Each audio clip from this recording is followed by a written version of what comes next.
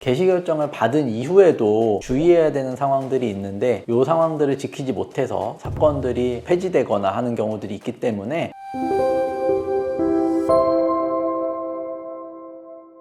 개인회생 진행하면서 개시결정을 받으셨다라고 하면 사실상 사건이 90% 이상 통과된 거다 이렇게 보시면 되는데요. 사실 인가결정까지 받아야 100% 통과된 거고 변제금만 잘 내면 면책까지는 문제 없다 이제 이렇게 안내를 받으실 텐데, 사실 개시결정까지 받으면 그 개시결정 내용대로 인가결정 받을 확률이 99%이기 때문에 사실상 많은 사무실들이 개시결정을 받으면 사건이 성공했다 이제 이렇게 안내를 드리기도 해요. 그런데 개시결정을 받은 이후에도 주의해야 되는 상황들이 있는데 이 상황들을 지키지 못해서 사건들이 폐지되거나 하는 경우들이 있기 때문에 어떤 부분들을 유의하셔야 되는지를 한번 좀 말씀드려 보려고 합니다. 첫 번째로 개시결정 받고서 가장 유의해야 되는 거, 변제금을 미납하지 않는 것입니다. 일단 개시결정이 내려지면 바로 채권자 집행 기일이 언제인지가 통보가 되고 채권자 집행 기일에 출석을 하셔야 되는데, 채권자 집행 기일에 출석하기 전까지 변제금을 반드시 납부를 하셔야 됩니다. 근데 간혹 가다가 변제금이 연체된 경우가 있어요. 그러면 법원 입장에서 보면은 아니 지금 이제 바로 사건이 통과됐는데 지금도 변제금을 이렇게 납부하지 못할 정도면 앞으로 3년이나 5년 동안 변제금을 계속해서 잘 갚아나갈 수 있겠느냐, 이 부분에 대한 상당한 의구심을 가질 수밖에 없어요. 그래서 이런 분들, 특히나 채권자 집행 전까지 변제금 미납이 있다라고 하면은 개인회생을 끝까지 완수하기에는 상당히 어려운 걸로 보여진다라고 해서 개인회생이 폐지되는 경우들이 있거든요. 그래서 변제금이 미납되지 않도록 유의를 하셔야 되고, 특히나 여러 차례 과거에도 말씀드린 적이 있는데 신청서 접수를 한 다음부터 보통 3개월 후부터 첫 변제금을 납부하는 시기가 온다. 그래서 매월 이제 법원에 변제금을 납부해야 된다라고 말씀을 드렸는데, 보통 법원에서는 개시결정이 내려져야 변제금을 납부할 수 있는 계좌를 주거든요. 그런데 첫 변제금은 신청서 접수한 날로부터 3개월 후부터 내야 되는데, 예를 들어서 개시결정이 신청서 접수한 때로부터 6개월 후에 내려졌다라고 하면은 3, 4, 5, 6 뭐 요런 최소한 3개월에서 4개월치 정도를 계좌번호를 받으면 한꺼번에 납부해야 되는데, 이 기간 동안에 돈을 안 모아두셨다가 한꺼번에 큰 금액을 내려니까 내지 못하시는 경우들이 있어요. 그래서 반드시 신청서를 접수한 다음부터는 3개월 되는 시점부터는 사무실에서 안내드린 변제금을 개시결정 여부하고는 상관없이 꼭 잘 모아두시는 것도 굉장히 중요합니다. 그리고 두 번째로는 채권자 집회에 출석하지 않는 경우입니다. 그러니까 채권자 집회는 개인회생을 진행하면서 반드시 출석하셔야 되는 절차이고, 사실 채권자 집회에 출석해서는 출석 확인을 하고 유의사항을 안내받고 변제금을 여태까지 잘 납부했는지 정도를 확인하는 절차이기는 한데, 여기에 불출석한다 라고 하면은 사건이 폐지되기 때문에 상당히 유의를 하셔야 됩니다. 그래서 아까도 말씀드린 것처럼 만약에 변제금도 미납된 상태에서 채권자 집회에 불출석한다 이러면은 사건이